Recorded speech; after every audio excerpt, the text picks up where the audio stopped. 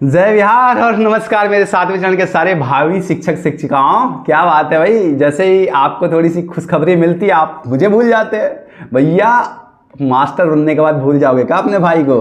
हाँ, तो आप लोगों के लिए खुशखबरियों का जखीरा। हमने सोचा कि सारे दुख तो बांटते ही, आपको हमेशा उल्टी पुल्टी खबरें सुनाते रहते हैं कि ऐसा हो रहा है वैसा हो रहा है। तो फाइनली जो अच्छा हुआ है वो भी आपको मैं बता देता हूँ। आप सबके सपने साकार हो रहे हैं, आप सबकी मेहनत रंग ला रही है, हमारा प्रयास रंग ला रहा है और हम सबका जो ज्वाइंट वेंचर था वो कहीं ना कहीं अब कामयाब होता हुआ दिख रहा है। हाँ, आपको इंफॉर्मेशन हमेशा सही मिलती है। मैंने आपको कहा था कि बहुत मुश्किल है, आपको ये अगस्त के फर्स्ट वीक में ही शिफ्ट होता दिखेगा, जुलाई में आपको नोटिफिकेशन मिलने की संभावना कम है। आपको याद होगा अगर आप हमारे रेगुलर व्यूअर हैं, और यही चीजें आपको होने के लिए होती हुई दिख रही हैं। लेकिन जो भी रेज किया गया था पॉइंट, आपको याद है हमने कहा था कि नियोजन इकाई जो है वो अपना कार्य ठीक से नहीं कर रही है, सीटों की संख्या नहीं दे रही है। जैसे ही ये बात हमने उठाई, आप सबने उठाई, आप सबके साथियों की, आप सबकी ताकत से बात पहुंची और तुरंत लेटर अगले ही दिन इशू हुआ और सारे निकायों को दिया भी गया। और अब सीटों की एक अच्छी खासी संख्या, जो 3 लाख में से 1,25,000 सीटें दिख गई हैं, ये सिर्फ आपके प्रयासों का देना है। मैं तो सिर्फ एक वर्ण मात्र हूं, मैं तो एक तुच्छ हूं, आप सबके प्रयास से ये संभव हुआ। तो चलिए इन सारे पहलू पे बात करेंगे, साथ ही नियमावली में कड़े संशोधन की संभावना है, ठीक है। तो ये सारी चीजें कुछ लोगों के निराशा होगी कुछ लोगों को, लेकिन बाकियों के लिए, बिहार वालों के लिए स्पेशली बहुत खुशी की बात है। इन सारे पहलू पे बात करेंगे, लेकिन अगर खबरें अच्छी हैं तो चैनल को सब्सक्राइब करके और बेल आइकन दबाना ये आपकी जिम्मेदारी है। काहे कि मास्टर बनने के बाद भूलना तो नहीं है हमको भैया, जीवन में बहुत काम है ना, और फिर आगे की भी लड़ाइयाँ होती है बहुत सारी। तो चैनल पे नया है तो सब्सक्राइब करके बेल आइकन दबा के हमसे जुड़ जाइए, मिस नहीं कीजिए।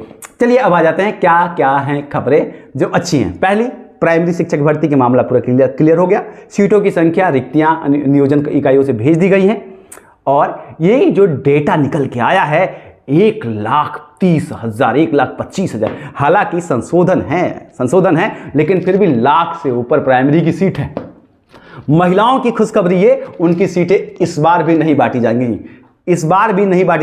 और इससे अच्छी खुशखबरी ये है कि नियमावली में महिलाओं के लिए थोड़ा सा संशोधन की संभावना है और मेरिट को थोड़ा और डाउन भी किया जा सकता है। बस नियमावली, हालांकि देखिए जो लोग भी आपको जो भी बातें कर रहे हैं, सच ये है कि कल ही एक संबंधित विभाग से मेरी बात, और आपको पता है मैं तब तक नहीं आता हूं जब तक किसी सक्षम अधिकारी से कुछ बात ना हो। एक सूचना आप लोगों के लिए ये है कि नियमावली अभी भी कंप्लीट नहीं हुई है। 2 मुद्दे ऐसे हैं जिस पे अभी भी बहस चल रही है। पहला तो ये आप लोगों ने खड़ा कर दिया डीएलएड और बीएड वाला मैटर, जिसमें डीएलएड को वरीयता की मांग की जा रही है। तो ये एक मामला है जिसको लेकर के सरकार अभी तक फैसला नहीं ले पाई है। लगातार 2 बार बैठक हो चुकी है और मेरी सूचना के हिसाब से बता रहा हूं आपको।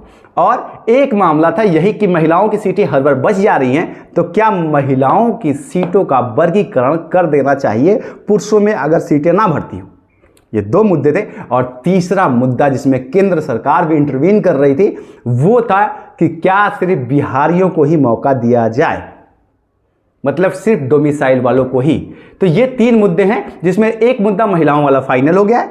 2 मुद्दों पे अभी भी बहस हो रही है, लेकिन जो रुझान है, संभावित बात यह है कि बिहार वालों के लिए ये सीटें रह जाएगी। 10% जो संवैधानिक है वो बाहर जाएगा, लेकिन बाकी सारी 90% सीटें आप लोगों के लिए ही होंगी। अब आप लोगों से एक चीज और कहूंगा, देखिए अब देखो बहुत मुश्किल से चीजें ठीक हो रही हैं। उंगली आप लोग मत कीजिएगा, अपना घर मत जलाइएगा। जो भी कोई आप लोग नहीं, कुछ साथी हैं जिनको पता नहीं क्या चुल मची रहती है, भर्ती आने वाली नहीं है तब तक एक नया बीटेड विवाद तो आपको पता ही है, लगातार ज्ञापन पे ज्ञापन दिया जा रहा है। कोर्ट, हाई कोर्ट ने हरा दिया, सुप्रीम कोर्ट की अप्रोच करने की सोची जा रही है, हाई कोर्ट ने तो मना कर दिया।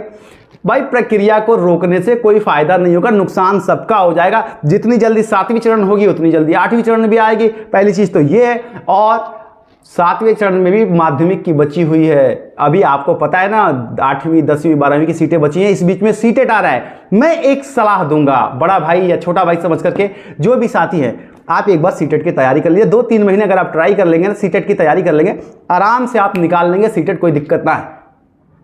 आप पेपर तो उठा के देखिए एक बार, सीटेट का पहले ही भाग जाएंगे कि अंग्रेजी नहीं आती है, ये एक बार देख तो लो, एक बार देख तो लीजिए। तो एक बार देख लीजिए, सीटेट क्वालिफाई कर लीजिएगा, तब तक आपको माध्यमिक की भर्तियां मिल जाएंगी और हो सकता है आपकी किस्मत अच्छी हो, आप निकाल लें, है ना। तो प्रयास अच्छे जगहों पे कीजिए, निगेटिव जगहों पे नहीं।